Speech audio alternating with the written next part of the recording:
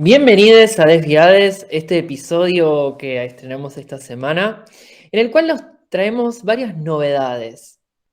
En primer lugar, vamos a sumar a uno de nuestros integrantes estrella al programa, a la conducción del programa, Mauro Sotelo, ¿sí? Mauro, nuestro productor estrella que nos ha conseguido múltiples contactos y cuestiones en nuestro proyecto, se suma en la edición de hoy de Desviades. Hola Mauro, ¿cómo estás? Buenas, Dan, ¿cómo estás? ¿Todo bien? Un gusto sumarme a este proyecto, al que me sumaron tanto Fer y vos con mucho amor. Bueno, yo a Fer lo conozco desde antes de transicionar, fuimos al secundario juntos. Este es un proyecto que nosotros en su momento lo habíamos planeado, lo abandonamos y bueno, nada, te conocí a vos, resurgió de nuevo y cuando yo me enteré me puse muy feliz de que, de que me quisiera sumar de nuevo a Desviades. Muy bien, hoy es como que hacemos una nueva dupla porque, bueno, justamente hoy Fernando no va a estar en el programa, pero venimos recargados con novedades. Además de Mauro, tenemos a Sebastián Domínguez, ¿sí? ¿Qué Eh, tal? eh, Estudiante de edición, aficionado de dibujo y conocedor de múltiples géneros, de editoriales y mangas, ¿sí? ¿Cómo estás, Sebastián? Hola, ¿cómo estás? Te faltó decir que soy hombre trans y que soy de cáncer. Esas son como las definiciones fundamentales de mi ser, digamos, Muy pero bien, muy bastante bien. bien, ¿eh? Sí, si hay alguna cosa que falta, ustedes lo agregan y bueno, El tema del que vamos a hablar esta semana. vamos entonces de lleno al tema de la semana, ¿sí? En el episodio de hoy vamos a hablar de la representación de la comunidad LGBTIQ en Japón y específicamente en lo que tiene que ver con el manga y el anime. Más allá de las características propias de la sociedad japonesa, y de las publicaciones de este estilo, también vamos a mencionar cómo nosotros, como integrantes de la comunidad, vimos y experimentamos el manga y el anime cuando éramos niñas, adolescentes y aún hasta en la actualidad. Bueno, los escucho, a ver, ¿qué elementos del anime de antaño o de ahora, cuando ustedes los miraban más allá del género de anime, les resonaba, les resonaba LGBTIQ, les removía algo en su identidad que les decía, acá hay algo que me identifica? Bueno, yo crecí viendo mucho anime, especialmente Pokémon y Sakura Card Captor. Yo creo que Card Captor es el ejemplo más destacado que podemos encontrar en el anime de lo que es el amor homosexual. Yo creo que implícitamente está cargado de personajes.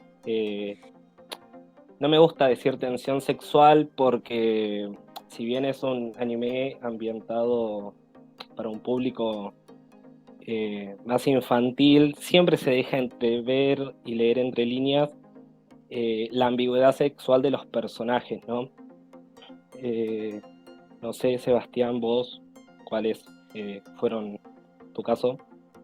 Bueno, con ese ejemplo de Sakura Card Captor, yo, digamos, tengo la memoria de que fue el primer vistazo que tuve en un dibujito en la tele, cosa que para mí era re importante, de amor entre personajes del mismo sexo, digamos, del mismo género, perdón. Pero de una manera explícita que hoy en día lo vemos y decimos, esto en realidad capaz que es muy liviano, pero en ese momento para mí como muy fuerte, muy explícito. Coincido con vos en que es uno de los ejemplos fundamentales. Es que yo creo que uno cuando es chico no se da cuenta de lo que está viendo y del mensaje que está transmitiendo.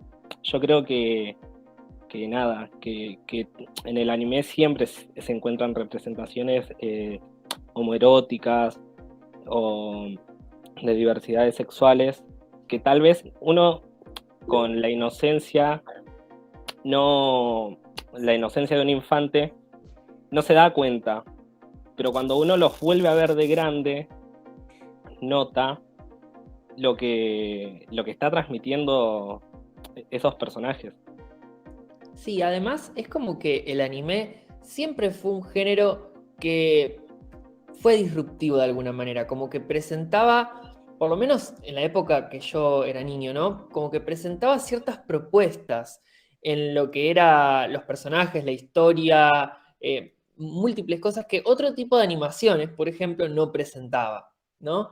Entonces yo siempre recuerdo pensar el anime como ese dibujito más transgresor. Les hablo yo de una época en la cual, en un primer momento yo no miraba anime, después sí me hice muy fanático del anime, hasta hoy en día sigo siéndolo. Eh, y la verdad que sí, a ver, yo no vi Sakura Card Captor, pero lo que valoro, ¿no? Lo que decía Sebas, es como que se mostraba una relación homosexual, entiendo por lo que había dicho Sebas, de forma explícita. Lo cual me parece como súper valorable porque tenemos otras series que han surgido posteriormente en las cuales también hay indicios de relaciones homosexuales, por ejemplo, no sé, Yuri on Ice, Más acá en el tiempo, o Evangelion también, en las cuales es como que se insinúa algo pero que no termina de quedar como explícito. Eh, Personalmente, les tengo que ser sinceros, a mí me marcó en cuanto a ese tema el anime Neon Genesis Evangelion. Yo lo miré hace 10 años, más de 10 años atrás, cuando tenía 13, 14 años, y, o sea, la misma edad que los protagonistas, y me había marcado mucho la relación, entre comillas, porque es un capítulo nada más, que se daba entre Shinji y Kaworu, ¿no? Eso me había como despertado cosas que yo ni siquiera estaba, creo que completamente seguro de qué era lo que me había despertado, ¿no? Pero, pero nada, yo creo que en ese momento fue como esa serie la que me generó esas sensaciones, pero también si nos ponemos a pensar, aún hasta las series más clásicas del shonen, como recordemos esto de que el shonen es el género de manga y anime pensado principalmente para niños y jóvenes adultos en su primera adolescencia. Bueno, en este género también hay personajes con un aura queer, ¿no? Incluso, no sé, en Dragon Ball, en Naruto, qué sé yo, digo, hay un montón de personajes que tienen esas características, ya sea de, no sé, cierta androginia, cierta transgresión de lo que es el género, no sé, yo por ejemplo pienso en Sarbón y Dodoria, ¿no? En Dragon Ball, por ejemplo, que era uno de mis animes favoritos. Pero digo, así podemos encontrar múltiples ejemplos. Y bueno, tal vez tenga que ver un poco con la idiosincrasia japonesa. Eso después lo podemos ir viendo, lo podemos ir hablando. Sí, bueno, lo que a vos te pasa con Neon Genesis Evangelion, a mí me pasa con Sakura Card Captor. Yo estoy acá hoy para militar Sakura Card Captor. Estos personajes que mencionó Sebas se llaman Yukito y Touya. Acá va a haber spoiler, esto es una serie que tiene más de 20 años, yo creo que cualquier oyente que nos esté escuchando sabe más o menos un poco la trama. Se trata sobre una chica que es considerada como una elegida y que por accidente encuentra un libro donde hay unas cartas que tienen ciertos poderes. Abre ese libro, las cartas se liberan y ella tiene la misión de ir juntando una por una esas cartas. A medida que va avanzando la historia nos vamos enterando de que no es tan casualidad que eso pase. Como ya dije, era una elegida. Y nada, estos personajes, Yukito y Touya, Touya es el hermano de ella y Yukito es su mejor amigo, entre comillas. Durante toda la primera temporada nosotros vemos que Sakura está perdidamente enamorada por Yukito. Esto es algo que también aparece, ¿no?, en el anime constantemente, como las diferencias de edades entre los personajes y el amor no es un límite. No de una forma perversa tal vez, pero sí como idealizado. Yo creo que Sakura posee un amor hacia Yukito muy platónico, y es un gran amiga, date cuenta. Yukito está saliendo con tu hermano. Eso recién nos enteramos en la segunda temporada. Hay un capítulo dedicado a eso, en el que Yukito le dice: mi corazón tiene dueño. Si bien nunca se muestra explícitamente que ellos dos son pareja, durante toda la serie vemos como esa relación tan estrecha de amistad, que uno tal vez cuando es chico lo puede leer como un bromance, contiene rasgos de homosexualidad.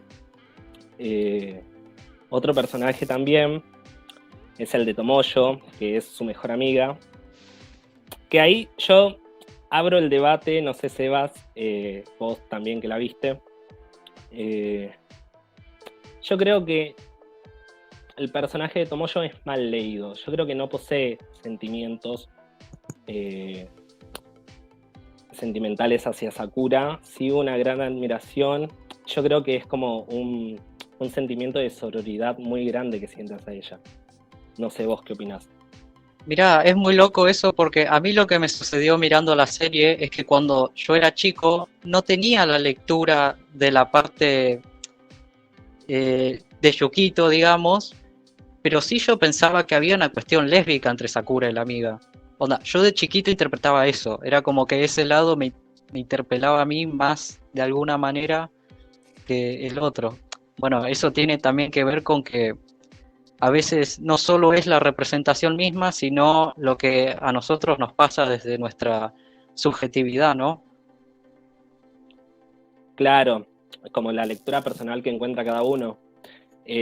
A mí siempre me llamó la atención eso, cómo Sakura no notaba, siendo personajes tan cercanos, o sea, es el hermano, el que está en una relación homosexual con su mejor amigo.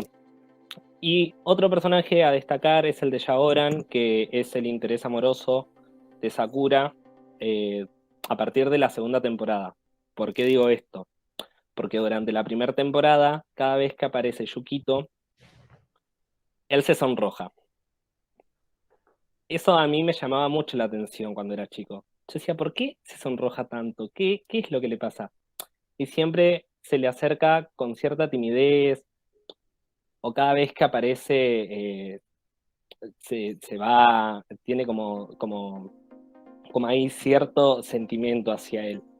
En la segunda temporada nos enteramos de que en realidad esto se debe a que Yukito tiene otra personalidad. Es Yue, es el representante de la luna.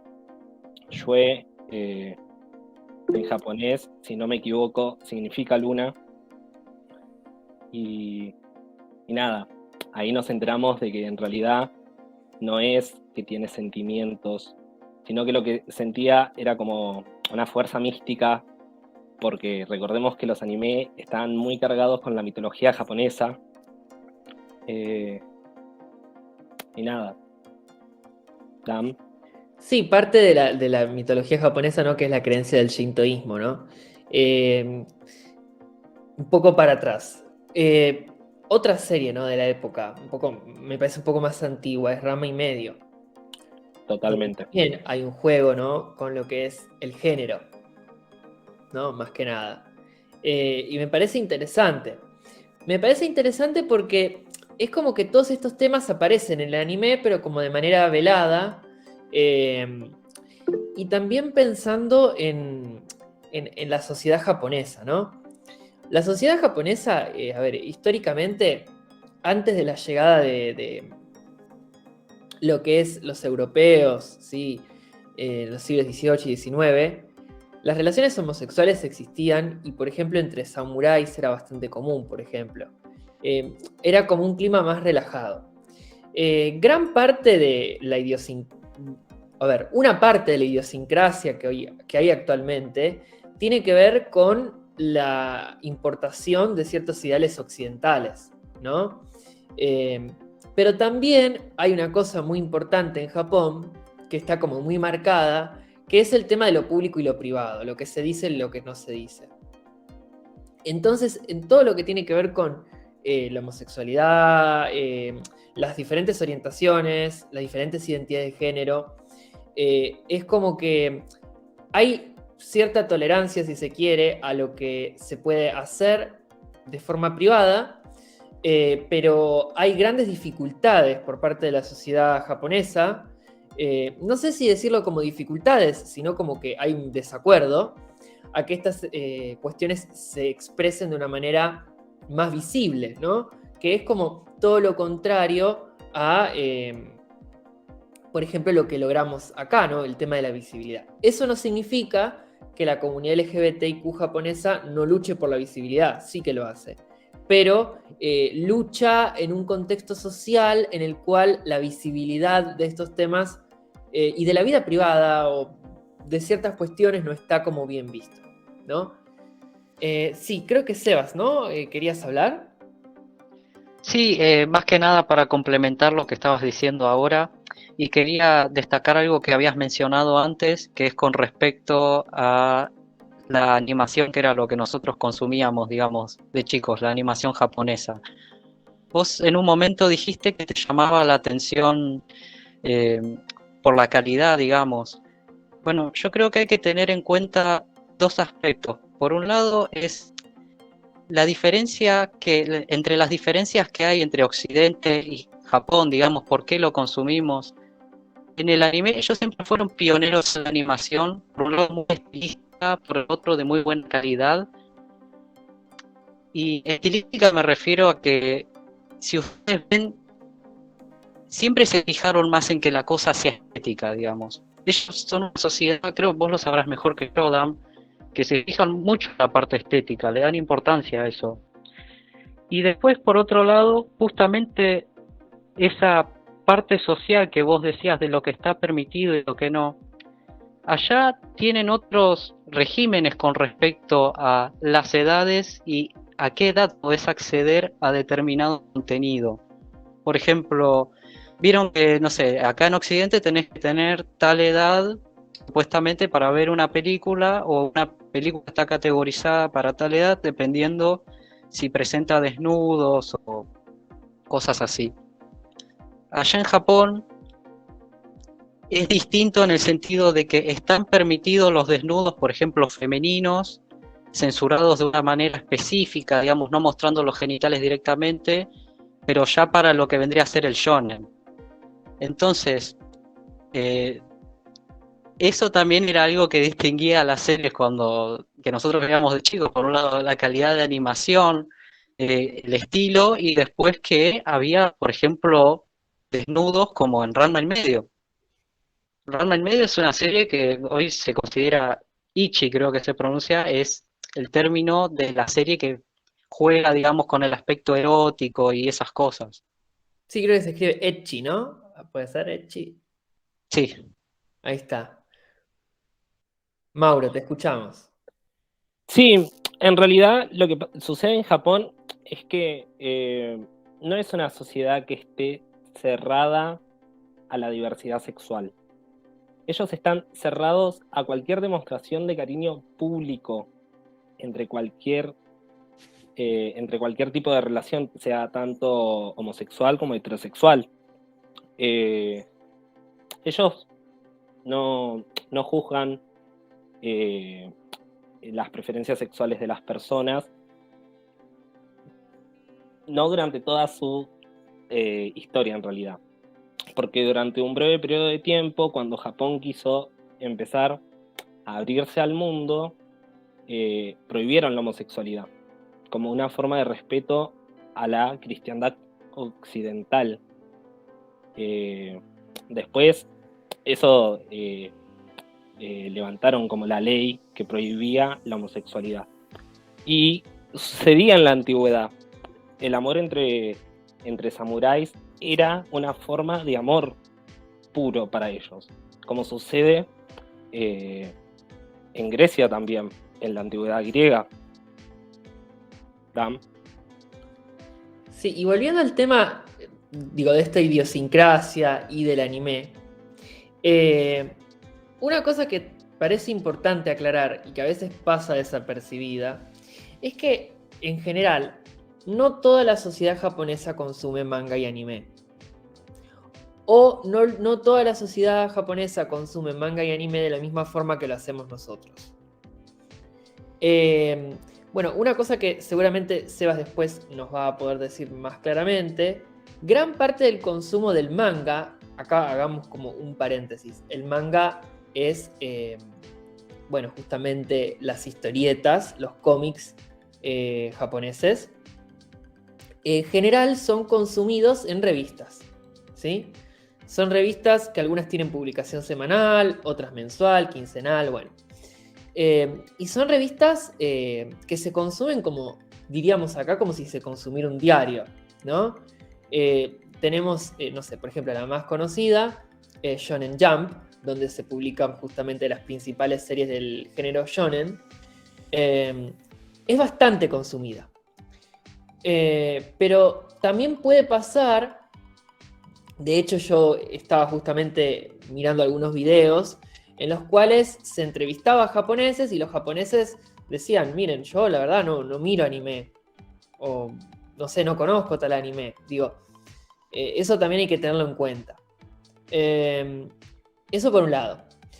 Después, por otro lado, el consumo, ¿no? El consumo del manga se da, como, digamos, de esta forma, diferente a lo que es nuestro consumo de manga, que será, bueno, por internet, en el caso de que lo hagamos en formato digital, y si lo hacemos en formato físico, comprar los tomos que venden en las comiquerías y que también los tienen en Japón, ¿sí? Pero que son tomos recopilatorios de lo que sale en las revistas.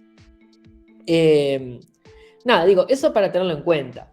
El anime también es muy popular, pero bueno, después dentro de lo que es el manga y dentro de lo que es el anime, dependiendo de los diferentes géneros, estos géneros tienen mayor o menor alcance con respecto a la población. Hay géneros que son como más de nicho, como que son más de algunos grupos en particular, y otros que llegan como más a todos. Qué sé yo. Hay ciertos animes como Evangelion, como Robotech, ¿cómo se llamaba el otro? Ay, a ver si Sebas, ¿te acordás? El niño que era robot. Astro Boy. Astro Boy. Bueno, hay ciertos animes que son como súper conocidos en Japón por el público en general. Y después tal vez haya ciertos géneros, que tal vez son los que vamos a hablar hoy, que son como más de nicho, como más de un grupo, o tal vez el tipo de consumo no sea tan público, que eso también es como una cosa diferente. Sí, Mauro. Es que yo creo que en realidad cuando uno piensa en anime y homosexualidad, lo primero que se le viene a la mente es el yaoi, que creo que es como el género más difundido, sobre todo porque está orientado hacia un público como juvenil y femenino, ¿no? A mí no me gusta hablar en términos binarios, pero bueno, lamentablemente es así. Vivimos en una sociedad. Bueno, en el último capítulo hablamos un poco sobre eso, sobre el binarismo. Tenemos un post relacionado. Y además, yo acá calculo que en todas estas cuestiones que estuvimos hablando, Sebas nos puede dar un poco de sabiduría. Bueno, ya veníamos hablando, digamos, de cuestiones de la representación, ¿no? Empecemos a hablar en términos de representación. Hablamos de nuestra experiencia en distintas series que nosotros fuimos consumiendo y yo creo que podemos redondear un par de conceptos, digamos, de esquemas que se fueron formando en cuanto a las representaciones que nosotros vivimos, porque, por ejemplo, por un lado tenemos representaciones veladas de personajes donde pareciera que hay algo pero no llega a ser, tal vez por censura, por cuestiones del género. Después tenemos personajes donde son queer coded, digamos que visualmente por el estilo, la forma de hablar tienen como una tendencia queer. Y podríamos decir que en muchas series como Dragon Ball, Los Caballeros del Zodíaco, se daban en villanos, digamos. Incluso en la serie Hunter x Hunter, que yo no vi demasiado, creo que también hay un villano que tiene como la apariencia más queer, digamos. Pero, Sí, ¿qué pasa? Hisoka. Claro, Sí. ¿qué pasa en Japón con los géneros que son propiamente, digamos, de temática homosexual, tanto entre mujeres como en hombres, ¿no? Y ahí empieza la cuestión. Como Mauro explicaba, lo primero que viene a la cabeza es el yaoi. Es, digamos, el género de este nicho, digamos, el más conocido, el que más se consume acá, incluso más que el yuri, que es la contracara, digamos, del romance entre mujeres, que quedó completamente aplastado por el yaoi acá en Occidente. Una aclaración que vale la pena hacer antes de continuar. Nosotros tomamos conceptos de los géneros de allá, de Japón, términos como yaoi, yuri, y en general los usamos distinto a como los usan ellos. Un japonés diría que los usamos mal. Por ejemplo, nosotros nos referimos al manga de romance, historia de amor entre dos jóvenes, generalmente siempre gente joven, adolescente, nunca es gente mayor, digamos. Nos referimos al romance entre adolescentes hombres como Shonen Ai, onda amor entre jóvenes, y a la contracara más explícita, donde ya es un género pornográfico de romance entre hombres, como yaoi. Es como una distinción que hacemos nosotros para distinguir, digamos, el nivel de explícito, se podría decir si se quiere. Allá en Japón no se hace esa distinción. Todo es shonen ai y yaoi es un término que se usa de manera despectiva para el género, que bueno, después nosotros nos apropiamos, lo mismo que con el yuri. ¿Cuál es la cuestión con el yaoi? Es el género ya más popular, como dije antes, pero es un género hecho por mujeres para ser consumido por mujeres. Lo mismo que el yuri surgió como un género hecho por hombres para ser consumido por hombres. No sé si queda claro. Esto se dio en el marco de los años 70, estoy hablando, cuando se conformaron los géneros. Y a partir de ahí empiezan a aparecer otros géneros, que es los que yo quería introducir hoy, que son más nicho, que es por ejemplo el vara. El vara nació después de los 70 como idea de contraponerse al yaoi, porque ya es el género de temática homosexual entre hombres hecho por hombres homosexuales. Empezó a publicarse en una revista, el género toma el nombre vara del título de la revista, que era Barakusei. Entonces, ¿qué cambió ahí, no? Bueno, me retomo de vuelta a la cuestión de la representación. No sé si ustedes quieren decir algo antes de que continúe. No, yo te quería preguntar, Sebas, si no pensás que tal vez el yaoi o el yuri después pudo haber sido reapropiado, por ejemplo, el yaoi por varones gays o el yuri por mujeres lesbianas, como, como consumidores de ese género. Es una muy buena pregunta esa. Y yo, por lo que yo estudio y veo, te digo, alguien me puede venir a contradecir, obviamente. El yuri fue reapropiado, eh, fue un proceso más complejo, fue más lento, te digo, no es un género que se consuma tanto. Recién en el año 2003 aparecieron las primeras revistas dedicadas exclusivamente al género. Como vos bien explicabas, allá primordialmente se publican revistas recopilatorias, después aparecen los tomos. Yo creo que sí, ahí hubo una reapropiación. En el caso del yaoi, no. Y te explico por qué no hubo una reapropiación. Como el yaoi es un género que fue constituido por mujeres heterosexuales, para mujeres heterosexuales, a mí tampoco me gusta hablar en términos de binarismo. la realidad es que el género se construyó en torno a eso con una estética propia, donde tenemos personajes que son muy estilizados, muy andróginos, y las dinámicas que se dan entre esas relaciones no son precisamente las dinámicas que se dan en las relaciones de parejas homosexuales de verdad.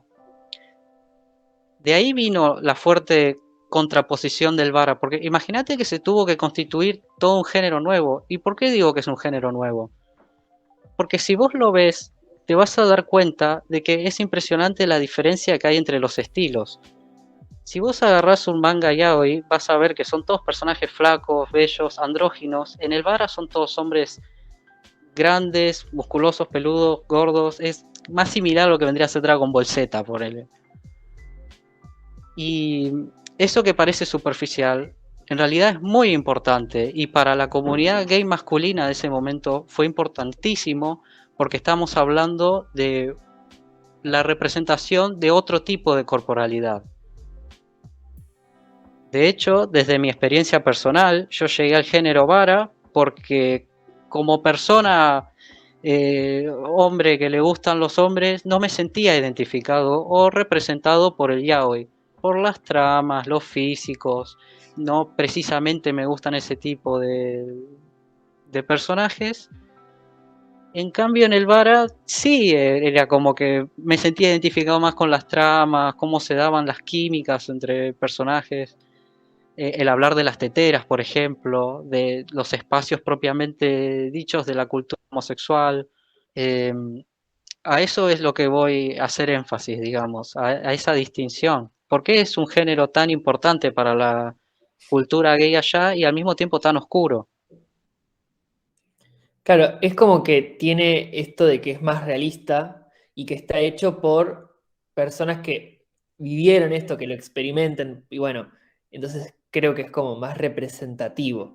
Eh, Igualmente, acá disentimos.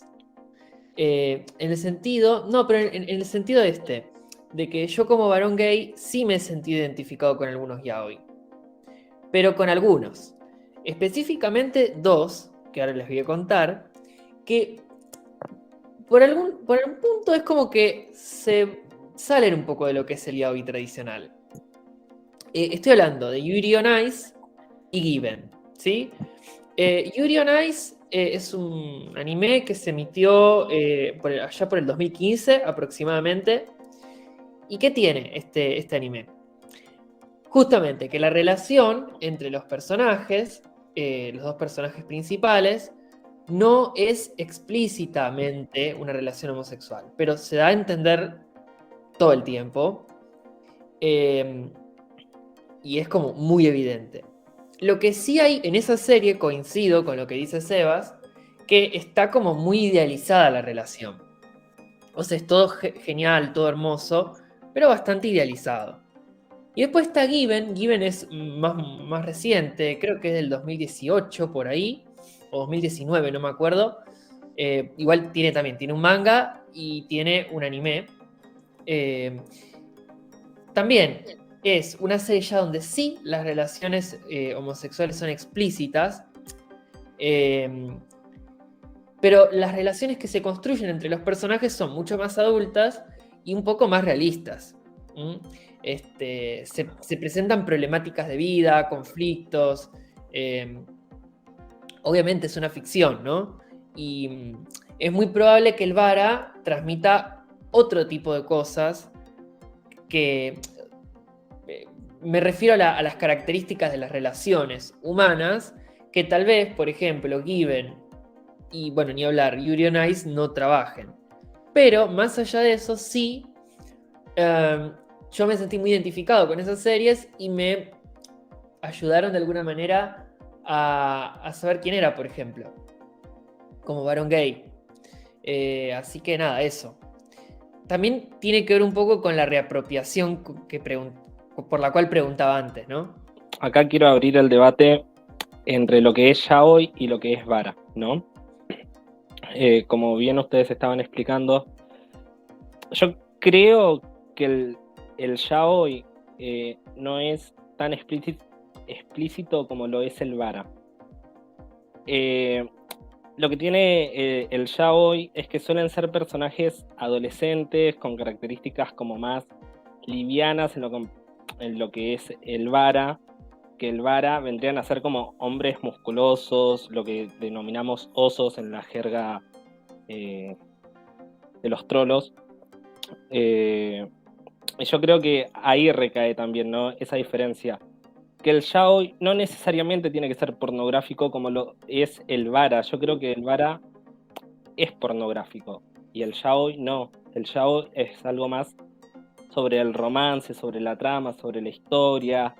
Siempre los personajes femeninos están como en un segundo plano. No sé qué pensás vos, Seba. Coincido, claro. Bueno, un aspecto fundamental que me olvidé de aclarar es justamente esto. En el yaoi se pueden encontrar series que duran varios capítulos, a veces un tomo más, donde no necesariamente se centran en el aspecto sexual, que eso vendría a ser un condimento a lo que es un conflicto en la trama. Se guían por un conflicto muy dramático, lo que sea. En el vara generalmente son one shots. One shots es un capítulo unitario que trata sobre una historia y la realidad es que son todos pornográficos. Aparecen aspectos de romance, de conflicto, obviamente, aspectos sociales, pero son siempre imágenes pornográficas, digamos, tramas de encuentros y cuestiones así. La trama más común es encuentro entre desconocidos y el desarrollo de una actividad sexual y una conclusión donde terminan siendo una especie de pareja o no. Y ahí empieza a introducir otras dinámicas, porque el yaoi y el yuri parece que se manejan mucho con esto de el amor romántico verdadero, digamos, donde vos encontrás, qué sé yo, sos el Luque y encontrás a tu Seme y listo, onda. Esa va a ser tu pareja para toda la vida.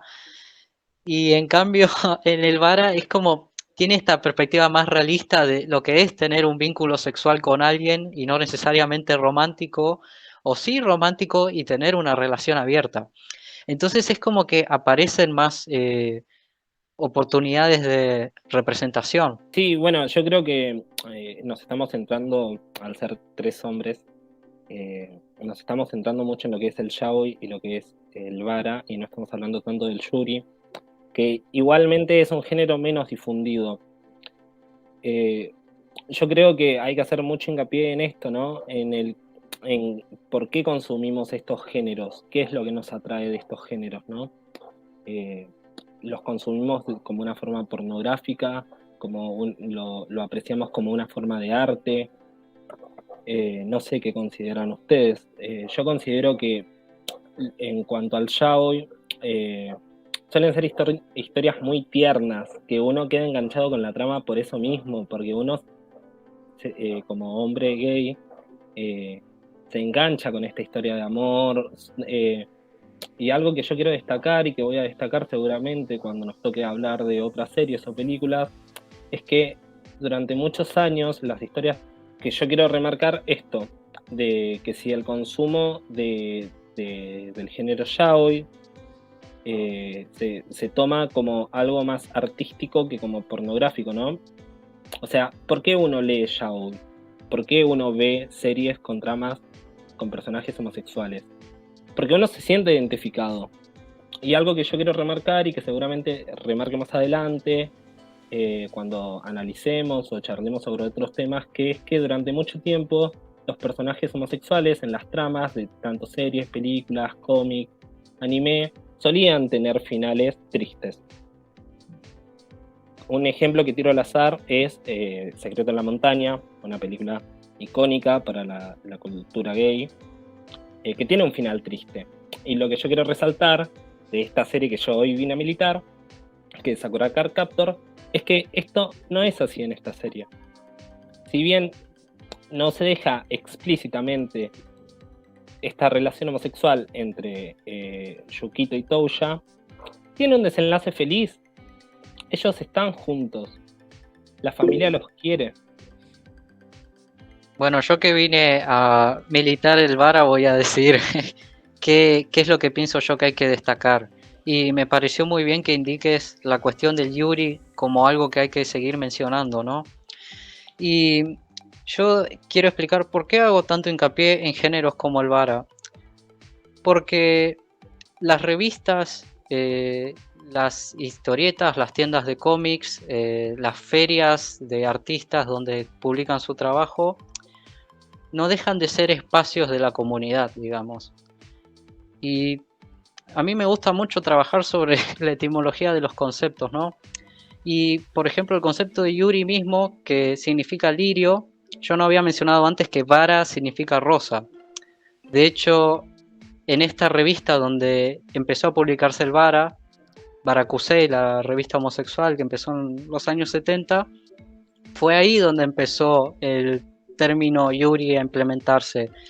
Eh, Según comentan, el editor de la revista se refería así a las mujeres que escribían columnas, mandaban cartas que se publicaban en una columna de la revista, tenían una columna particular donde mujeres hablaban. No se sabía si necesariamente lesbianas o no, pero empezó a usarse el término Yuri para referirse a las relaciones lésbicas de ahí en adelante. Destaco eso como espacio, que siempre en la comunidad, aunque hay veces que pareciera que no, está esta cuestión de solidaridad, digamos, entre las distintas identidades, preferencias sexuales. Estos géneros que después se fueron apropiando, surgiendo, nacen de, como vos decías, la necesidad de querer verse representado en algo y no encontrarlo ahí.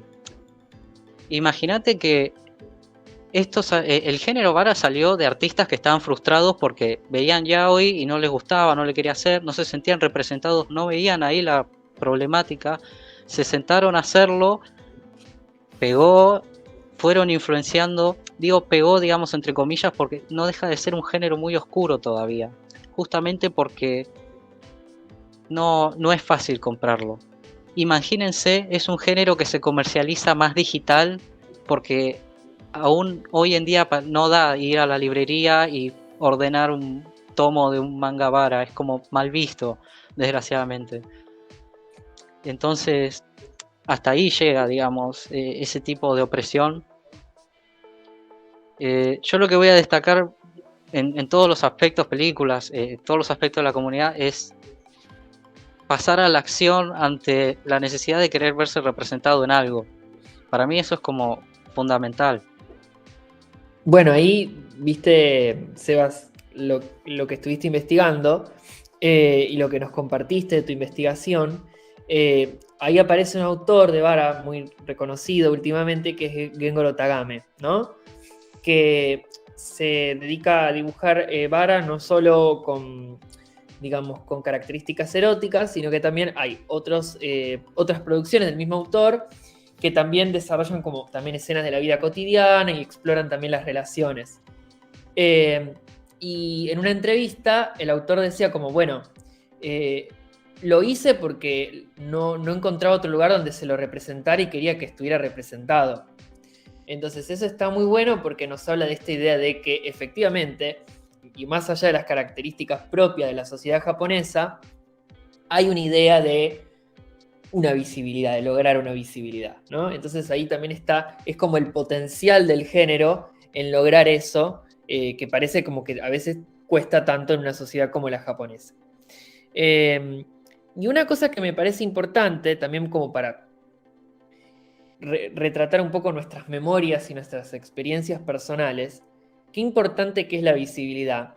Yo cuando miraba el yaoi, o especialmente, bueno, Yuri on Ice y Even, ¿no? Estos dos ejemplos que les di anteriormente. Yo esperaba que los personajes se declararan gays. Yo esperaba que empezaran a salir y que fuera, o sea, que estuviera explícito, porque eso me daba alegría. ¿Entienden? Yo lo miraba por eso, porque me sentía representado. Entonces, cuando era medio velada la situación, era como que decía, uy, ¿cuándo será que lo podré confirmar, ¿no? Bueno, en el caso de Given se da, y bueno, yo súper feliz, obviamente. Pero digo, tiene que ver también un poco con eso, porque la visibilidad no solamente tiene que ver, bueno, con esto de acá estamos, vivimos de esta manera, queremos que la gente nos conozca, queremos derechos también. Recordemos que en Japón el matrimonio igualitario no existe. También la visibilidad sirve para aquellas personas que están descubriendo su identidad y puedan ver que hay otras personas que son como uno, ¿no? Entonces, ese potencial es enorme. Y, por ejemplo, en el episodio 2, en el cual hablamos de la visibilidad de las personas trans, por ejemplo, en el cine, pero digo, la visibilidad de las diferentes identidades y orientaciones de la comunidad LGBTIQ es súper importante, también por esto, para decirle al otro como no estás en soledad, ¿no? Eso me parece como muy importante. Es que lo que yo encuentro en común en los tres es cómo la representación LGTBIQ+, o como a mí me gusta llamarle el colectivo de la diversidad, necesita ser representado en los medios. ¿Por qué? Porque todavía hoy en día encontramos familias o entornos en donde ser disidencia sexual no está bien recibido. Entonces, que un personaje se muestre tal cual es, ayuda a aquella persona que está viendo, que tal vez sienta que no tiene un entorno donde apoyarse, una persona en quien confiar, o que tal vez piense de que lo que siente o cómo se identifica está mal, ayuda mucho, ayuda mucho. Y yo creo que nosotros que crecimos viendo estas series, yo creo que hoy en día nosotros no seríamos, y no lo digo como si nos hubieran lavado el cerebro desde chicos, sino como que se abrió una puerta a decir, existe en el mundo gente que es como yo, que me entiende, que si yo salgo al mundo me va a aceptar tal cual soy y me va a querer como soy. Bueno, y en eso también rescatamos lo que es la importancia de la visibilidad en todo sentido, ¿no? En las series, mismo en la existencia de esta radio, por ejemplo, Transistemas Radio, por la cual estamos saliendo, y bueno, y el podcast también Desviades, tiene que ver también con lograr esta mayor visibilidad, llegar a más personas, ¿sí? De diferentes edades, y también poder, bueno, eso, difundir un poco nuestras realidades como colectivo que somos. No sé si tienen algún comentario más que quieran aportar sobre este tema.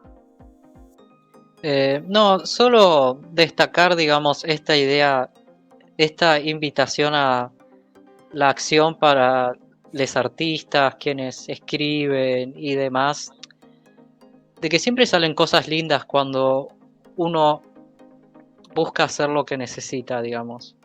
Si buscas nuevas representaciones, todo. Y yo creo fielmente de que hay mucho lugar ahora para nuevas representaciones. Y hay gente que nada más falta que haya gente que lo haga. Por eso a mí me gusta tanto hablar de estos casos, digamos, de estos géneros y demás. Así que eso. Claro, como que de alguna manera queda mucho por descubrir y mucho por hacer también, ¿no? Coincido completamente con Sebastián.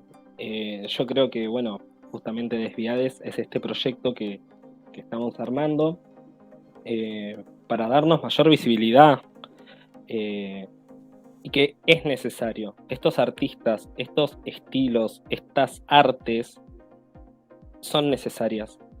Estas visibilidades son necesarias.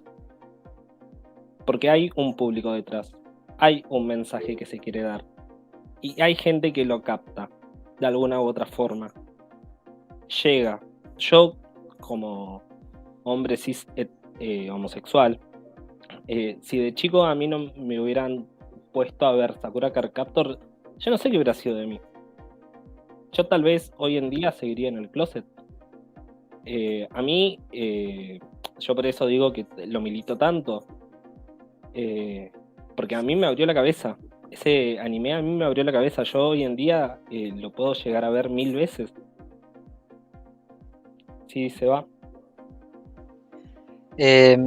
Siguiendo tu línea, incluso yo recuerdo haber sido como configurado por personajes que no necesariamente tenían un tema eh, homosexual, digamos, pero yo aún así como disidencia me identificaba, digamos, personajes que representaban el ocultarse, el no mostrarse y luego revelarse. Hay un montón de ejemplos que, te digo, dependen de la subjetividad de cada uno. Pero nada, por último, perdón, quería agregar que para mí es importante, si la gente quiere explorar estos géneros, bueno, Yao y Yuri hoy en día se consiguen impresos los tomos en todos lados, editados en español. El tema con el Vara es que no se consigue acá. Panini los edita en España, algunos mangas no se consiguen acá, se consiguen exportados muy caros, pero si la gente tiene curiosidad y quiere ver, están en internet, en una página se pueden ver que se llama My Reading Manga, y autores que recomiendo para empezar es, por ejemplo, Takeshi Matsu, que es uno de los que es más amable y digamos, es justamente uno de la tercera generación, vendría a ser, de artistas que se influenciaron por el género y ya es muy consumido no solo por hombres, sino también por mujeres. Entonces recomiendo Takeshi Matsu y después los fundacionales Shiraya y, bueno, Gengoro Tagame, que es como el creador de todo, digamos.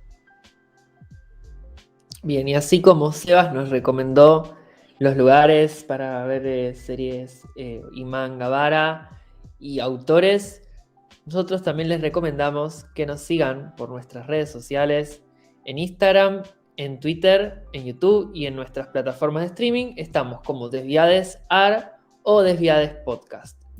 Nos encontramos en el aire en próximas entregas. Chao. Chao. Hasta la próxima.